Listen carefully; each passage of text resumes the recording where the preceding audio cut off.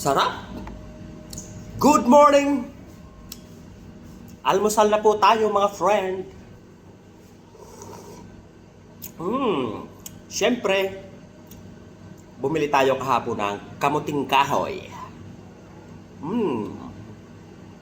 Sa amin sa Bicol, ang tawag dito ay bilanghoy. Tapos sasamahan natin yan ng mainit na coffee espresso. Tapos inihalo natin yung coffee mocha. Kaya talagang the best. Napakasarap.